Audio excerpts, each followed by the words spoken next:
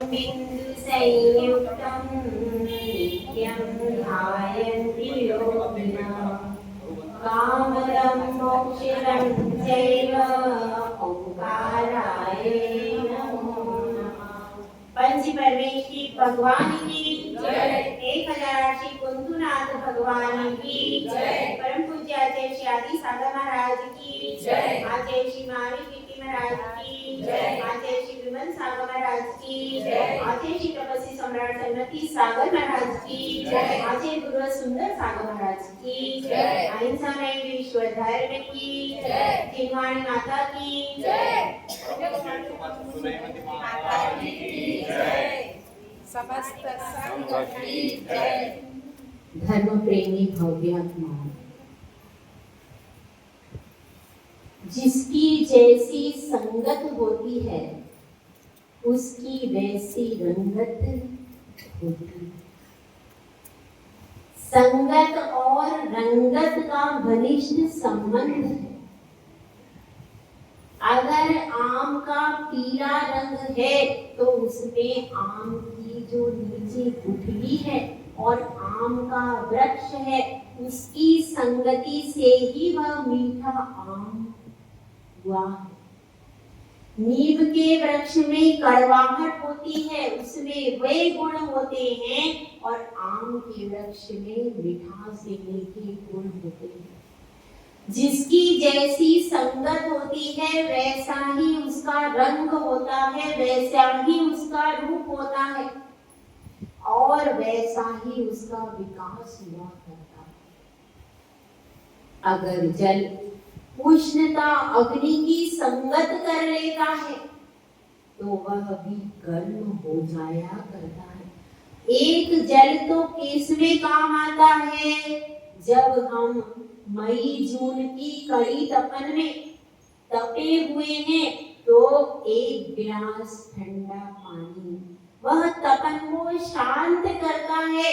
दूसरी तरफ अगर गरम गरम पानी है और आप उसमें हाथ डाल दो तो पूरा हाथ झुलस जाता है।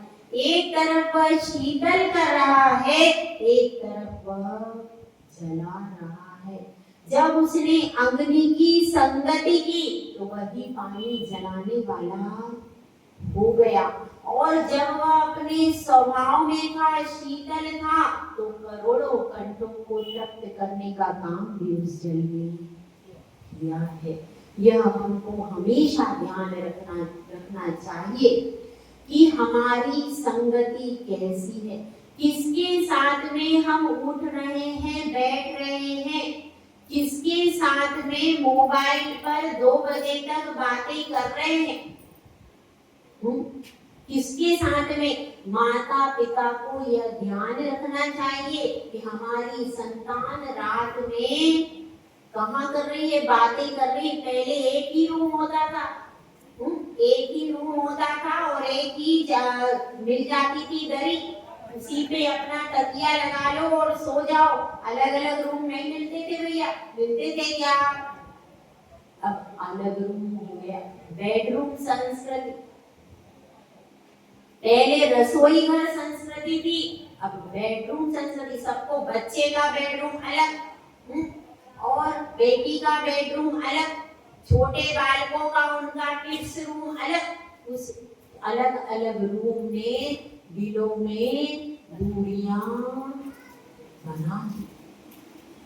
पहले हम सब साथ रहते थे तो कहीं भी बच्ची जरा सा गलत करती थी तो डरती थी। मम्मी भी बैठी है, दादी भी बैठी है, पापा भी बैठे हैं, कमरा तो अलग है नहीं, तो गलत करेगी कैसे? फिर उन्हीं के साथ में 24 घंटे बैठना उठना पड़ता था तो अपने आप संयमित रहना सीख जाते थे। अब आपका रूम अलग, हमको खुद सेपरेशन चाहिए। तब तक बच्चों में सिर मारे, हमारी अपनी किटी पार्टी है, हमारा अपना मंडल है, हमारा अपना सब कुछ है। बच्चे आप अलग रहे। जलगांव की एक टीचर है, उन्होंने बताया मेरे पास कई छोटे छोटे बच्चे आते हैं।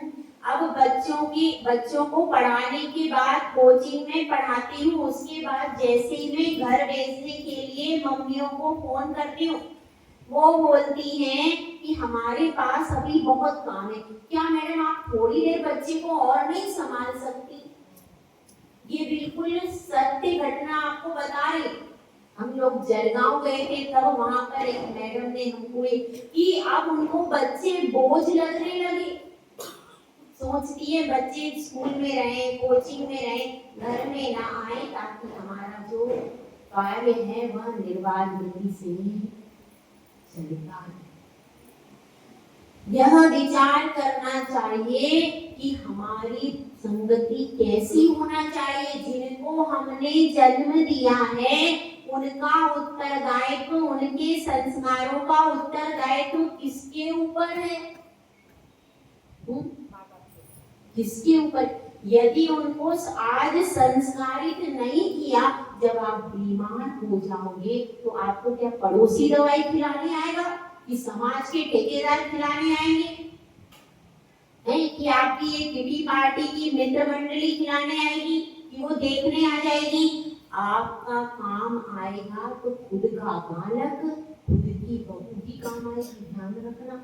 जब आप ये तो सब करके आपके पास जब तक पैसा है, जब तक आप दौड़ रहे हो, तब तक सारी दुनिया सही है।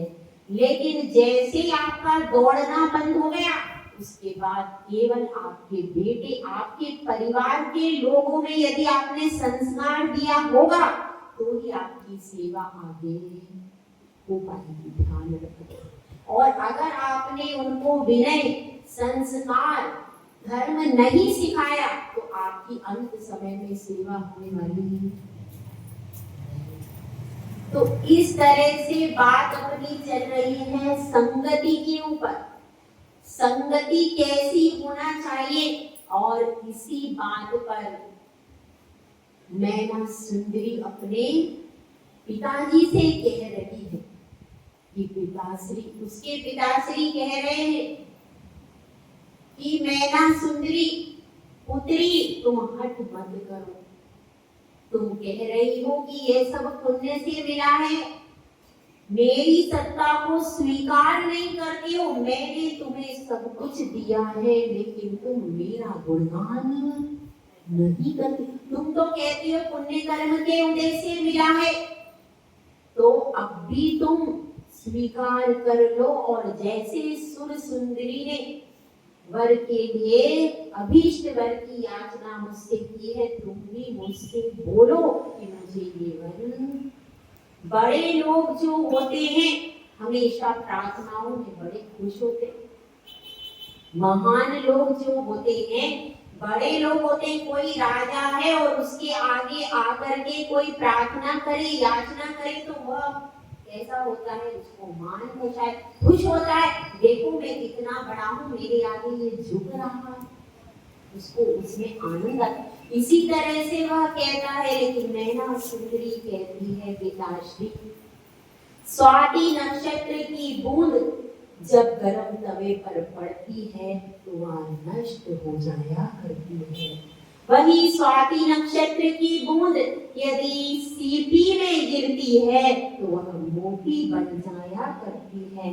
वही पानी जब मिट्टी में गिर जाता है तो कीचड़ बन जाया करता है। और पिताश्री, यदि वह सर्प के खुले मुख में गिर जाया करता है तो विष बन जाया करता है। पिताश्री, मिथ्या गुरु की कुसंगति से सुर सुंदरी ने वर की याचना कर ली है, लेकिन वह राजमार्ग नहीं है। कुलीन कन्याएं तो कभी भी वर की याचना नहीं करती। और हमारे तीर्थंकर भी जो है, कैसे विवाह को, जब आदिनाथ भगवान का विवाह हुआ था तो माता पिता की इच्छा से ही हुआ था। तीर्थंकरों के जितने भी विवाह हुए हैं वे सब माता पिता ने ही ला करके उनको जो कन्या दी वही उन्होंने स्वीकृत किए। यह इससे क्या पता चलता है कि यही राजमार्ग है। अपवाद मार्ग कौन सा है, खतरे से खेलने वाला मार्ग कौन सा है, ये आप खुद चुनाव करो। अगर वो फ्रॉड हो तो गड्ढे में नीचे गिर जाओ। ये बिल्कुल खतरों से खेलने का काम है आज की डेट में। जो स्वयं चुनाव कर रही हैं, कौन, स्त्रियां बालिकाएं स्वयं अपने वर का चुनाव कर रही है, क्योंकि आजकल फ्रॉड का एक बहुत बड़ा मायाजाल है। उसमें बताते कुछ और हैं, होता कुछ और है। पर्दे के पीछे का अपना पूरा प्लानिंग होता है, कैसे इसको गिरा करके इनके पिताजी से पैसे ले लेंगे, इनका धर्म परिवर्तन करवा लेंगे, कोई ना कोई बैकग्राउंड की प्लानिंग।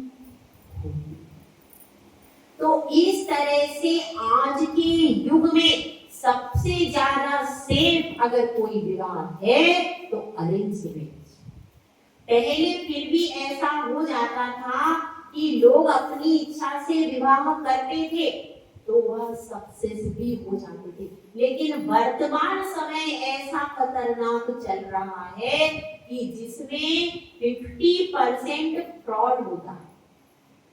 चाहे वो फ्रॉड कन्या की तरफ से हो, चाहे वो फ्रॉड वर की तरफ से हो, कुछ ना कुछ ऐसी चीजें होती हैं जो कि छुपा नहीं जाती। तो जब इतना बड़ा मायाजाल चल रहा है तो उस परिस्थिति में आप अकेले उसको सॉर्ट आउट कैसे करो, कर सकते हैं क्या? नहीं, हम अकेले उसको सॉर्ट आउट नहीं। आप तो सिर्फ देखोगे लड़का गुड लुकिंग है और वो बताएगा मेरी इनकम इतनी है, वास्तव में है कि नहीं क्या पता, कहाँ काम करता है सही है कि नहीं क्या पता। आप तो उसकी मीठी मीठी बातें और सुंदर सूरत भी देख सकते हैं, इसके अलावा और कुछ भी पता करना बहुत कठिन है। तो उस सब को गहराई से कौन पता करेगा? आपके माता पिता, आपके रिश्तेदार, वो सॉर्ट आउट कर सकते, समाज सॉर्ट आउट कर सकता है, लेकिन आप अकेली यदि वहां जाकर के फंस गई तो आपका निकलना बहुत मुश्किल। इसलिए कह रहे, और अकेले कन्याओं पर ही आफत नहीं है, किस पर है? जो बालक है उन पर भी ये परेशानी मंडरा है। इसलिए कह रहे हैं कि सबसे सुरक्षित आप कब रखोगे? जब आप शील को सुरक्षित रखोगे और माता पिता के अनुसार अपना कार्य करोगे तो आपका पूरा जीवन सुरक्षित हो जाए। आपका शील सुरक्षित, आपका शरीर सुरक्षित और आपका जीवन भी बहुत अच्छे से चलेगा यदि धर्म आपका साथी हो। तो वह मैना सुंदरी कह रही है कि कुलीन कन्याओं का यह मार्ग नहीं है। कुलीन कन्याएं तो माता पिता जो उनके लिए वर निश्चित करते हैं उसी से विवाह करती है पिताश्री। इसलिए आप मुझे इसका आग्रह नहीं। जब इस प्रकार का हठाग्रह होता है तो क्या होता है? मंत्री भी उस समय सभा में बैठते हैं और वह देख रहे हैं कि दोनों का क्या हो रहा है, विवाह हो रहा है। तो उस विवाद को टालने के लिए मंत्रीगण उनसे कहते हैं कि राजन, उद्यान भ्रमण का समय हो गया है और आप कहाँ चले हमारे साथ? उद्यान में भ्रमण के लिए चले। अब राजा पुरुपाल भी उनकी उस बात को सुन करके भ्रमण के लिए जाता है। जब भ्रमण के लिए जाता है तो देखता है वहां पर बहुत सारा कोलाहल हो रहा है, बहुत सारे लोग वहां पर हैं और एक मध्य में बैठा है, उसके सिर पर पलाश के पत्तों का छत्र है और कुछ लोग उसको चमर ढुरा रहे हैं। तो ऐसा एक व्यक्ति मध्य में बैठा हुआ देख करके वे पूछते हैं यह कौन है? तो क्या बताते हैं मंत्रीगण कि ये कौन है? ये भी राजा है। लेकिन कुष्ठ रोग से इस प्रकार से दुखी होकर के यहाँ पर आए। फिर वे उसके पास जाते हैं और उनसे पूछते हैं, आप यहाँ किस प्रयोजन से आए? किससे? श्रीपाल से। श्रीपाल से पूछते हैं कि आप यहाँ किस प्रयोजन से आए हैं? तो वह कहता है कि हम कुछ समय के लिए यहाँ पर ठहरना चाहते हैं, कुछ समय के लिए यहाँ पर ठहरना चाहते हैं। तो फिर वह मंत्रियों के द्वारा पूरी जानकारी ले लेता है और जानकारी लेने के बाद उससे पूछता है तो श्रीपाल यही कहते हैं कि कर्म के उदय के वश यह रोगग्रस्त होकर मैं यहाँ आया हूँ। तो अब वह सोचते हैं ये मैचिंग हो गई। पुत्री भी कह रही है पुण्य कर्म के उदय से मुझे ये हुआ, यह भी कह रहा है भाग्य के उदय, भाग्य के कारण मैं आ गया। तो वह भी भाग्य की बात करती है, यह भी भाग्य की बात करता है, दोनों का संबंध उचित रहे। ऐसा वह सोच विचार करके और तिलक दान के लिए तैयार हो जाते। जब वे तिलक दान को तैयार होकर के सामग्री मंगवाते हैं, किससे? मंत्रियों से सामग्री की बात करते हैं, तो मंत्री एकदम कहने लगते हैं, हे राजन, यह आप कैसा विचार कर रहे हो? कहाँ आपकी लोकोत्तर सुंदरी मैना, जिसके पाणी ग्रहण के लिए कई कई राजकुमार निवेदन कर रहे हैं, और ऐसी षोडशी को सुकुमार बाला, और कहाँ यह कोड़ी जिसके सारे अंग गल चुके हैं, इतनी दुर्गंध आ रही है कि यहाँ खड़े होना भी दूभर है। यह कैसा अनुचित विवाह आप सोच रहे हो? इस देखो बालक जो होता है, वृद्ध, स्त्री, बालक और कौन? योद्धा, जो कि पीठ दिखा करके भाग रहा है, ऐसा योद्धा, और जो शरण में आ गया है वह शरणागत, और अधीनस्थ। ये सब कैसे होते हैं? ये सब कभी भी अवध्य होते हैं, अर्थात इन पर कोई भी प्रहार नहीं किया जाता। और यह तो स्वयं आपकी आत्मजा है। आत्मजा मतलब पुत्री, स्वयं आपने इसको जन्म दिया है, इसका पालन पोषण किया है, तो इसके प्रति आप इतने कठोर क्यों हो रहे हैं? क्योंकि अगर पर व्यक्ति दूसरे व्यक्ति के प्रति कोई कठोर हो जाता है तो वो तो फिर भी ठीक है, लेकिन स्वयं अपने बच्चों के प्रति तो जानवर भी कभी कभी कठोर नहीं होते। तो इसलिए वह समझाता है कि हे राजन, यह निर्णय आपका उचित है और आप इस प्रकार से वचनबद्ध मत कीजिए। फिर भी वह मानते नहीं है। कौन? राजा कुमार मानपुरा उसकी बात को स्वीकार नहीं करते और तिलक दान कर देते। तिलक दान मतलब उसको तिलक लगा करके स्वीकृत कर देते हैं कि हम अपनी कन्या का विवाह आपके साथ में करना चाहते। ऐसा तिलक दान दे देते हैं और फिर पुनः आते हैं अपने स्थान पर। पुनः मंत्री कहते हैं, समझाते हैं कि अभी भी कोई बात बिगड़ी नहीं है, केवल आपने तिलक दान दिया है, विवाह संबंध नहीं हुआ, बेटी घर में बैठी है, अभी गई नहीं है। तो इसलिए क्या करना चाहिए? एक बार पुनः विचार कर लेना चाहिए। एक बार आपने, और अगर उसने आपकी ही कन्या है, यदि उसने क्रोध में कुछ कहा भी है तो उस क्रोध के वचन का इतना बड़ा दंड क्यों दिया जाए? क्रोधवश या मानवश किए हुए वचन का इतना बड़ा दंड नहीं होता। ये तो अन्याय है, न्याय भी नहीं है। उसने आपको किसी प्रकार का कष्ट नहीं दिया, किसी के प्राणों का घात नहीं किया, तो अब उसके मात्र कुछ वचनों का इतना बड़ा दंड उसको जीवन भर के लिए क्यों दिया जाए? एक बार राजा जी आप पुनः विचार कर लीजिए।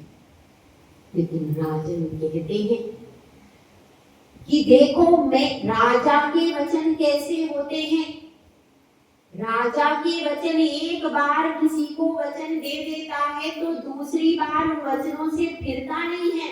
और प्रिया को तेल मतलब स्त्री को तेल एक बार ही चढ़ता है और राजा के वचन एक बार निकलते हैं, दूसरी बार नहीं निकलते। जब इस प्रकार से कहता है फिर भी मंत्रीगण संतुष्ट नहीं होते हैं कि हे राजन, अब हम आपसे इतिहास की बातें कहते हैं, सुनिए। इतिहास गवाह है कि राजा राम हर प्रकार से लोगों के लिए वंदनीय है, लेकिन जब जिस घटना में उन्होंने सीता को जंगल में छुड़वा दिया, आज तक लोग उस घटना के लिए उनको माफ नहीं कर पाए। इसी प्रकार से सास केतुमती को भी उसने अंजना को जंगल में छुड़वाया। किसी ने भी अपनी परिवार में केतुमती का नाम केतुमती नहीं रखा, अंजना और सीता तो रखी, एक ही नहीं रखा। तो ये सब कैसे हुआ? केवल एक कार्य के कारण इनकी लोक में अपवाद हो रही है। और नारायण कृष्ण ने भी माया जाल करके नेमिनाथ भगवान को वैराग्य उत्पन्न कराया। आज तक उस नारायण कृष्ण उस अपवाद का निराकरण नहीं करता। एक कलंक तो लग ही गया। तो इस प्रकार से आप प्रजा पालक हैं, आप इतने बड़े राजा हैं, अगर आप इस प्रकार का अयोग्य विवाह करेंगे तो फिर आपकी भी इस भूमि यह यश कीर्ति जो है यह सारी धूल में मिल जाएगी और युगों युगों तक आपके इस अयोग्य विवाह की चर्चाएं होंगी। क्योंकि राजा की नीति, राजा की बात कभी भी छुपती नहीं है। वह राजा तो अनुकरणीय होता है, अनुलंघनीय होता है और उसकी बात को सुन करके सब जगह लोग सीखते। इसलिए आपका यह कार्य उचित नहीं। फिर भी राजन क्या करते हैं? वो कहते हैं कि मुझे यह वर अत्यंत योग्य रच रहा है, तुम लोगों को ही पता नहीं क्यों यह वर योग्य नहीं जचता है, लेकिन मुझे हर प्रकार से यह वर योग्य जचता है और मैं इसी के साथ अपनी पुत्री का विवाह करना चाहता। जब फिर भी मंत्री नहीं समझाते हैं तो राजा कहता है मंत्रियों को राजा के अनुकूल बोलना चाहिए। तुम मेरे प्रतिकूल बोलोगे तो मैं तुम्हें दंड दूंगा। तो मंत्री कहते हमें दंड की कोई डर नहीं है, हमें कोई भय नहीं है। यदि हमें दंड मिल जाए और यह निरपराध भोली बालिका छूट जाए तो यह भी बहुत अच्छा है, क्योंकि एक छोटी सी बात का जीवन भर दंड नहीं दिया जाता। इस प्रकार से नाना प्रकार से मंत्री समझाते, लेकिन फिर भी राजा मानने को तैयार नहीं होता और कहता है कि मुझे तो जल्दी से जल्दी यह विवाह करना है। इसलिए ज्योतिषी को बुलाया जाए। ज्योतिषी को बुलाया जाता है। ज्योतिषी को भी पता चल जाता है कि ऐसा विवाह होने वाला है, तो ज्योतिषी से तो मुहूर्त पूछते। ज्योतिषी कहता है आज का लग्न सबसे श्रेष्ठ। आज तो सोम बुध गुरु तीनों ग्रह ऐसे मिल रहे हैं, वर और कन्या के लिए इससे बढ़कर के मुहूर्त दूसरा नहीं है, इसलिए यह योग्य मुहूर्त है। तो अब क्या सोचते हैं? तो लेकिन हे राजन, एक बार पुनः विचार करें। आप अयोग्य संबंध कर रहे हैं और वह राजा दक्षिणा लेता है, तो ज्योतिषी दक्षिणा लेने से इनकार कर देता है, मना कर देता है कि नहीं राजा, मैं इस विवाह की दक्षिणा कदापि नहीं दूंगा। मैं एक बार पुनः आपसे कहता हूँ, आपकी बुद्धि को क्या हो गया है?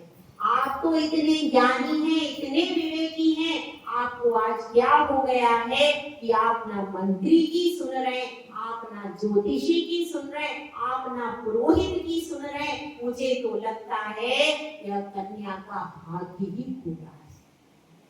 इस कन्या का भाग्य ही खोटा है, नहीं तो आप इतने प्रजापालक, इतने प्रजावत्सल राजा, उनकी बुद्धि ऐसे कैसे भ्रष्ट हो गई है। और इस विवाह से किसी को प्रसन्नता नहीं है, मैं कोई दक्षिणा नहीं लूंगा। बिना दक्षिणा लिए ज्योतिषी वहां से चले जाते। अब राजा पुनः मंत्रीगण को बुलाते हैं और कहते हैं कि आज का मुहूर्त बहुत बढ़िया है, मुझे जल्दी से जल्दी विवाह करना है। जब यह सब बात निपुण सुंदरी के पास पहुंचती है, निपुण सुंदरी कौन थी? मैना सुंदरी की माता, उसके कानों में यह सब बातें पहुंचती है तो वह एकदम से भाव-विवल होने लगती है, रोने लगती है और रोते रोते किसके पास आती है? अपने स्वामी के पास आती है। अपने स्वामी के पास में आकर के अपने स्वामी से कहती है कि हे स्वामी, मुझसे, मेरी पुत्री से अगर कोई त्रुटि हुई हो तो मैं आपके चरणों में सिर रख करके क्षमा मांगती हूँ। आप मुझे उसके सब अपराधों के लिए मुझे क्षमा करो, क्योंकि उसको जन्म मैंने दिया है। उसके ऊपर एक भी कुठाराघात करोगे तो वह कुठाराघात मेरे हृदय पर पड़ने वाला है, इसलिए आप उसे क्षमा कर दो। वह भोली है, नादान है, अबोध बालिका है, तो उसने जो कुछ कहा है उसे भूल जाइए। जीवन भर के लिए उसे इस त्रास में मत डालिए, ऐसा वह कहती है। और उसकी कोई भी बात राजा कुहुपाल नहीं सुनते हैं। वे कहते हैं मैंने जो निश्चित किया है वही सही है, लेकिन फिर भी मैं एक अवसर और देता हूं। यदि अब भी तुम्हारी पुत्री आकर के हट छोड़ देगी और वर की याचना कर लेगी तो मैं अभी भी उसको माफ करने को तैयार हूं। पुनः मैना सुंदरी को बुलाया जाता है और राजा प्रजापाल उससे कहते हैं, हे पुत्री, मैंने तेरे लिए कोई वर खोज लिया है, अब भी समय है, तू अपने हट को छोड़ दे। यदि तू हट को नहीं छोड़ेगी तो तेरा विवाह कोड़ी से हो जाएगा, इसलिए तू यह कह दे कि हे पिताश्री, आपके ही भाग्य का खातिर कह दे। लेकिन मैना सुंदरी कहती है, पिताश्री, जो आपने वर मेरे लिए निश्चित कर दिया है, मेरे लिए अब वही वर इष्ट है और उस वर को छोड़कर शेष जितने भी पुरुष हैं वह मेरे लिए आपके समान है। ऐसा वह कह देती है तो राजा कुहुपाल को और गुस्सा आ जाता है और वह कहते हैं, अभी तुरंत तैयारी करो और मैं इसका विवाह कर दूंगा। ऐसा कहकर के मंत्रीगण को बुलाते हैं। अब मंत्रीगण भी विवश हो जाते हैं, सबके समझाने के बाद भी बात बनती नहीं है। जो भाग्य में होता है, कभी कभी भाग्य बलवान इतना हो जाता है कि सारे पुरुषार्थ नील हो जाते हैं। ऐसा ही उस समय हो रहा था कि सारे पुरुषार्थ नील हो गए। सबने समझाया, सबने मनाया, लेकिन भाग्य में तो वही। और अब सारी तैयारियां शुरू हो गई। तैयारी के लिए उन्होंने कहा कि जाओ लगुन भेजो। लगुन होती है ना, लगुन भेजी जाती भैया, शकुन भेजती आगे। उधर यूपी साइड तो लगुन भेजी जाती है, हमारे यहाँ तो लगुन शकुन बोलते हैं, उधर लगुन बोलते। लगुन भेजी जाती है, शायद वो कुछ लिख करके भेजी जाती है, मुझे तो कुछ मालूम नहीं है, मैं कहीं नहीं किसी शादियों में मुझे पता है। तो वो कुछ लिख करके भेजी जाती है और उसको फिर वर के घर पर उसको पढ़ा जाता है, कुछ ऐसा सिस्टम होता है। तो अब उसमें लिखा है, लगुन शब्द लिखा है इसमें। तो उसमें कहा, राजा ने कहा भैया लगुन भेजो और लगन में ये होता है वर को बुलाया जाता है, उसको कहा जाता है। तो अब वहां पर मंत्रीगण लगन लेकर के गए और फिर बड़े सम्मान के साथ वर को लेकर के आओ। तो वह पूरे सम्मान के साथ उनको लेकर के आते हैं श्रीकांत, और फिर उनको बड़े ऊंचे आसन पर बिठाया जाता है और इत्र फुलेल चंदन केसर ये सारे उपटन तरह तरह के शरीर पर लगाए जाते हैं। नाना प्रकार के सुगंधित उपटन उनके शरीर पर लगाए जाते, लेकिन उनकी दुर्गंध 1% भी कम फिर भी नहीं होती। जब नहीं होती है तो फिर किसी तरह से उसको क्या किया जाता है, समाधान कर दिया जाता है। और उन्हीं शब्दों के शरीर में क्या बह रहा था, खून और पीप। उनको गलित कुष्ठ था, उसके कारण पूरे शरीर से खून और पीप बहता जाता था। तो जैसे ही चंदन लगाते थे वह चंदन तुरंत खून और पीप से बह जाता। कोई भी चीज शरीर में टिकने वाली नहीं थी, फिर भी उनका श्रृंगार किया जाता है। लेकिन जिस प्रकार से बंदर के ऊपर कितने ही आप मुकुट पहना दो वह शोभायमान नहीं।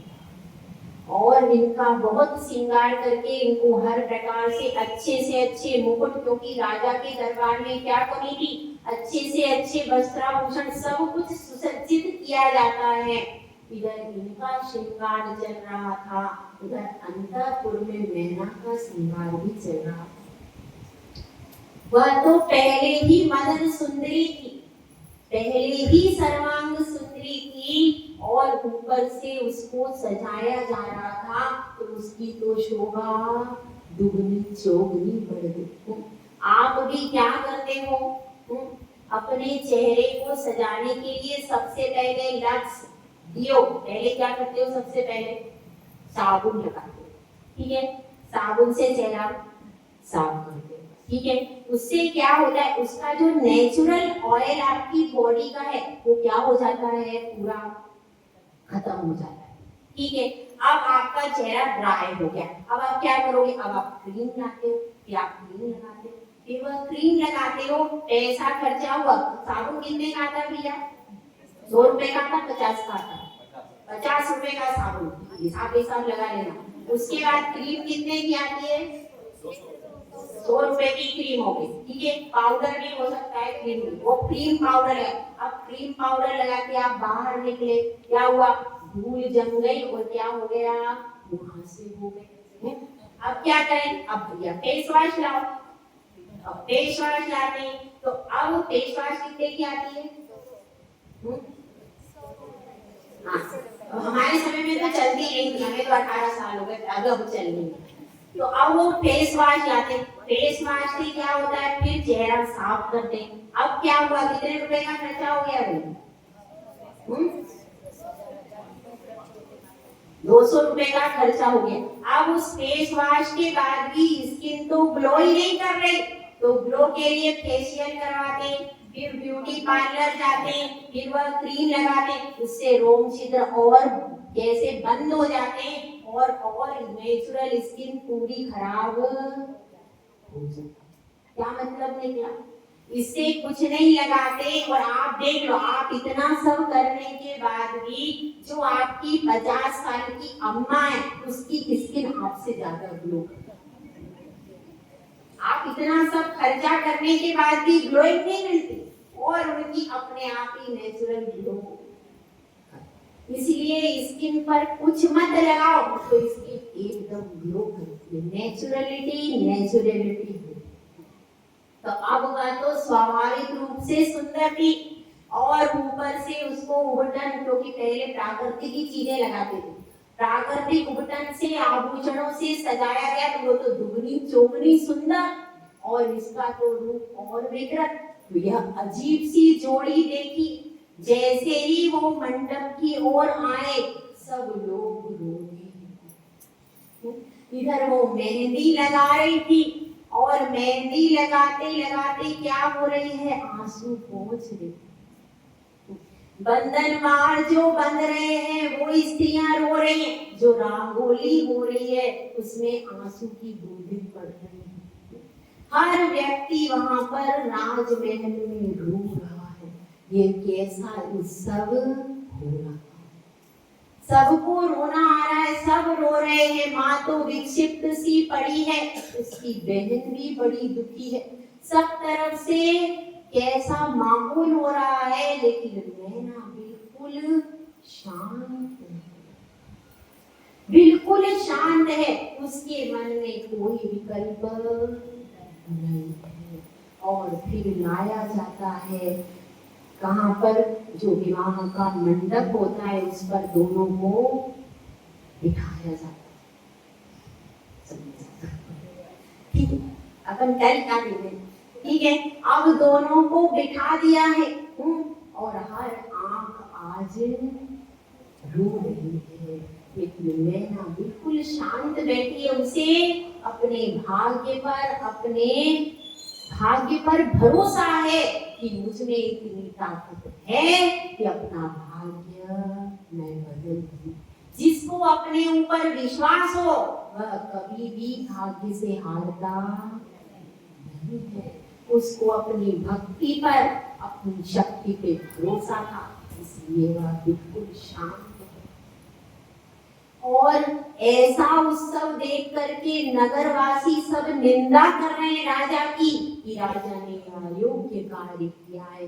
सारी सखियां भी हैं, तो मैना के पास कोई बैठती नहीं, कोई हंसी मजाक नहीं हो रहा। नहीं तो विवाह के उत्सव में सब चेहरों पर कैसे चेहरे खिले हुए रहते थे, इस विवाह के उत्सव में सारे चेहरे उदास है।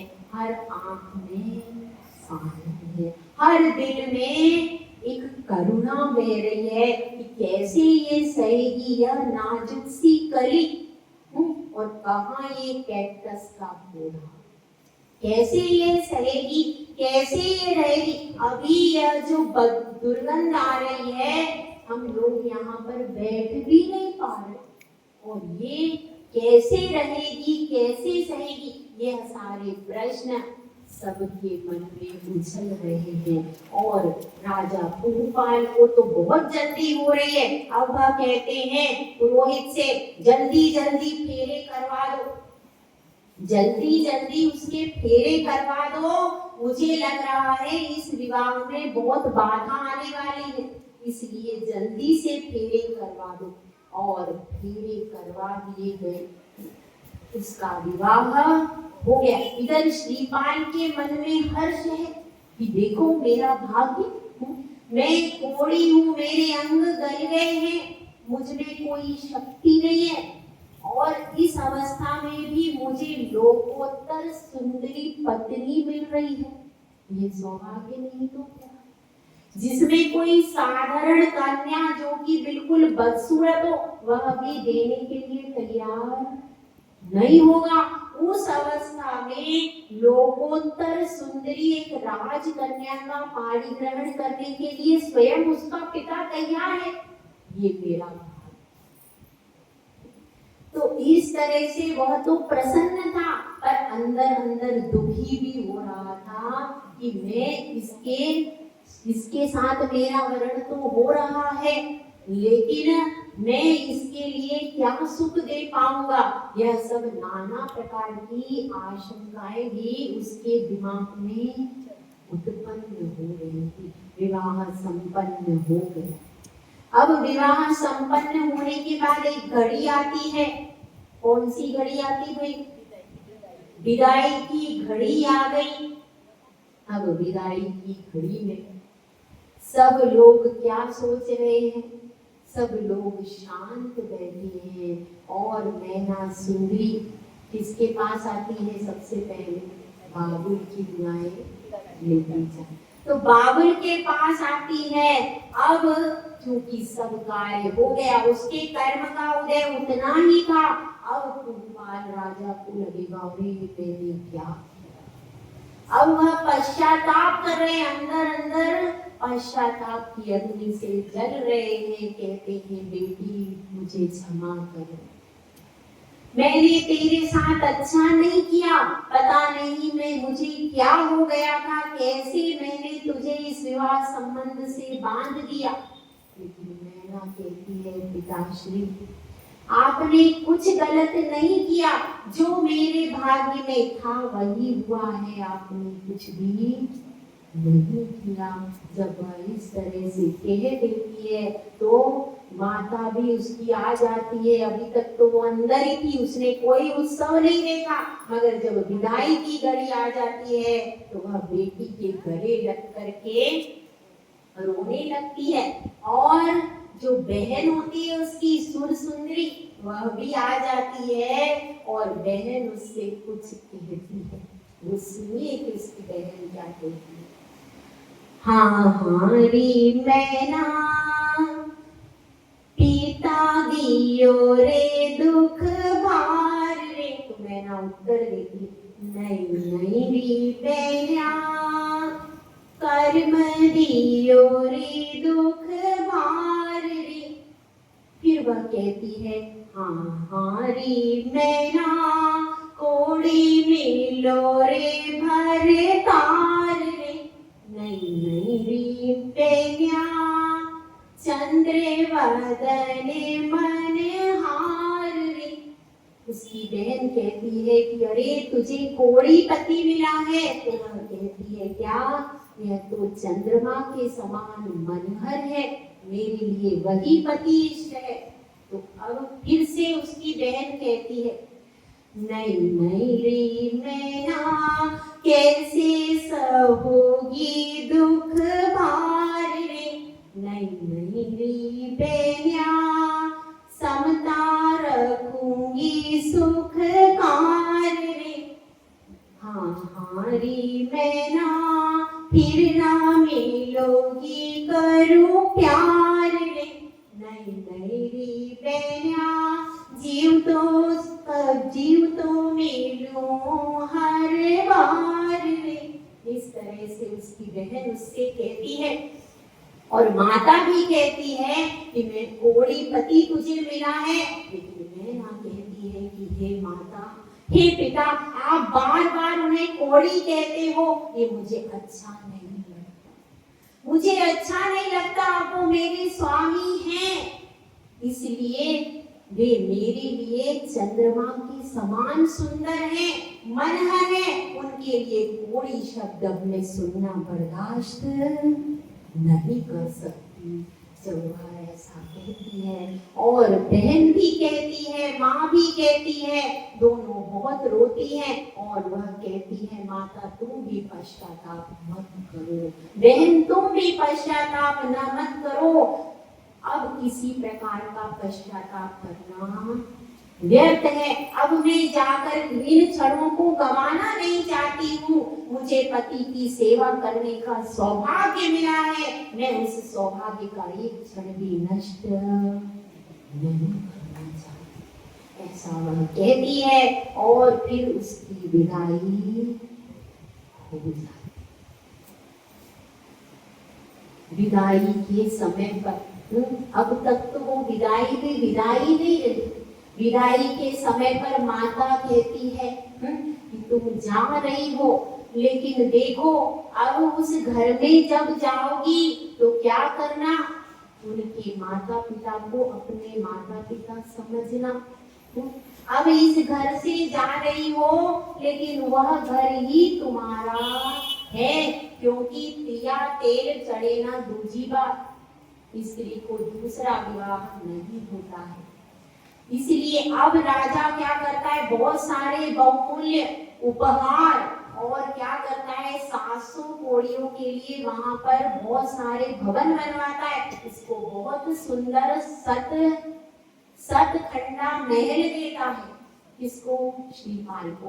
श्रीपाल और मैना सुंदरी के लिए अलग से सतखंडा महल देता है, बहुत सारे नौकर चाकर आदि उसको देता है। तो अब कथा धीरे धीरे आगे चलती है। अब वह दृश्य है कि जब श्रीपाल और नैना सुंदरी वार्तालाप करते, अभी तो वार्तालाप बहुत सारे हो जाते हैं, घर पे आके वो देख जाती है ये रूम तो सही नहीं लग रहा, मेरा विवाह कैंसिल, दूसरा लड़का देखो, मकान सही नहीं है, तो मकान भी वो रिजेक्ट कर देती है बच्चियां। तो इस तरह से रिजेक्ट, लेकिन पहले तो वार्तालाप ही पहला होता था। तो अब वह पहला वार्तालाप में वह अपने पति से क्या कहती है और पति अपने मन की बात उससे क्या कहते, कैसे उसके दिन रात सेवा में कैसे निकलते हैं, कैसे वह आज तक सबके मन में बसी है, क्या है उसमें गुण उस नैना सुंदरी में कि आज तक वह सबके मन में बसी हुई है। इसको कल देखेंगे। जय बोलो आचार्य सुंदर साधु महाराज। जय बोलो वाणी का 105 से 106